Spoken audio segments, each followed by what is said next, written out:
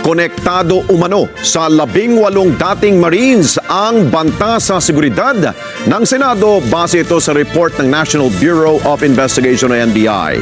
Kinwestiyon naman ni Senate President Alan Peter Cayetano ang umano'y banta lalo't iilang senador lamang ang nasabihan ukol dito. Mar Gabriel sa balita. Mahigpit na security protocol ang ipinatutupad sa gusali ng Senado sa harap ng umano'y banta sa seguridad. Dahil sa umiiral na work from home arrangement, sarado ang halos lahat ng tanggapan at piling empleyado lang ang pinapapasok.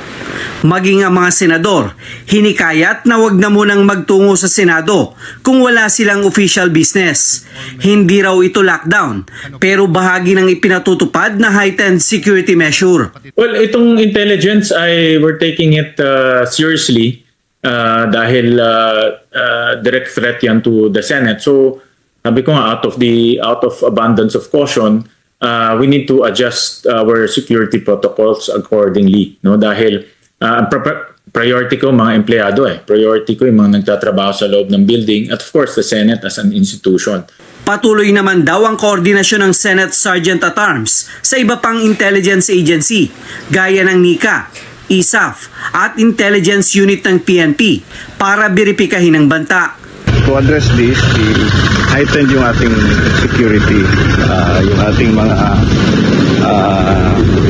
ingress saka egress, will increase yung security, so far yun naman ang gagawin natin. Ayon kay Senate President Pro Tempore Senator Win Gatchalian, ipinaabot ni NBI Director Melvin Matibag ang impormasyon sa mga senador sa kasagsagan ng consultative meeting ng Blue Ribbon Committee noong Lunes. Sabi raw ni Matibag, may armadong grupo na maaaring pumasok at manggulo sa Senado. Base raw sa inisyal na impormasyon, maaaring konektado ito sa 18 dating Marines. May mga personalities na na-mention ang NBI. But hindi ko muna sasabihin, because we're investigating and validating. So we're cross-referencing it also with other intelligence agencies. Nakadepende naman daw sa security arrangement kung magpapatuloy ang ganitong sitwasyon sa susunod na linggo. Sa harap nito, tiniyak ni Gatchalian na hindi ito makakaapekto sa operasyon at sa pasweldo ng mga empleyado. Sir, ang pinakamalinaw ay itong operational management and operational control ng Senado. Nasabi ko nga kanina na Land Bank already completed the transfer of signatures, so nagpumaperma na tayo ng cheque at nag-i-issue na tayo ng mga dokumento para ma-debit in account ng Senado. No, I think that is for me a clear evidence na meron tayong operational control ng Senado.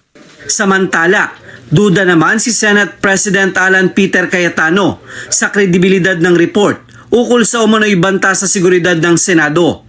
Sabi niya, kung totoo ito, bakit hindi lahat ng senador at mga empleyado ay nasabihan ukol sa nasabing banta? Kinwestiyon din ni Cayetano ang NBI bilang source ng nasabing intelligence report. Sila raw ang parehong partisan NBI na nagtangkang humarang at umaresto kay Senator Ronald Bato de la Rosa sa loob mismo ng Senado at nagudyok ng gulo na nauwi sa pagpapaputok ng baril noong nakaraang buwan. Kailan pa raw naging mandato ng NBI na pangunahan ang National Intelligence at Security? Duda rin ang senador sa timing ng paglabas ng umano'y banta kasunod ng isinagawang pagdinig ng Blue Ribbon Committee na humihingi ng kasagutan sa mga individual na pinangalanan. Sabi naman ni Senator Panfilo Lacson, bukod sa banta na ibinahagi ng NBI, may isa pang sitwasyon na dapat paghandaan. Base raw sa sketchy at raw information, umabot na sa batalyon at sa regional level ang frustration ng armed services. Mahigpit daw nilang minomonitor ang development sa nagpapatuloy na krisis sa national level dahil sa iba't ibang internal at external factors. Kasama raw sa frustration ng mga ito ang kasalukuyang sitwasyon ng Senado, flood control scandal, inflation, oil prices at iba pang usapin. Mar Gabriel para sa Mata ng Agila. Matatag, matapang, matapat.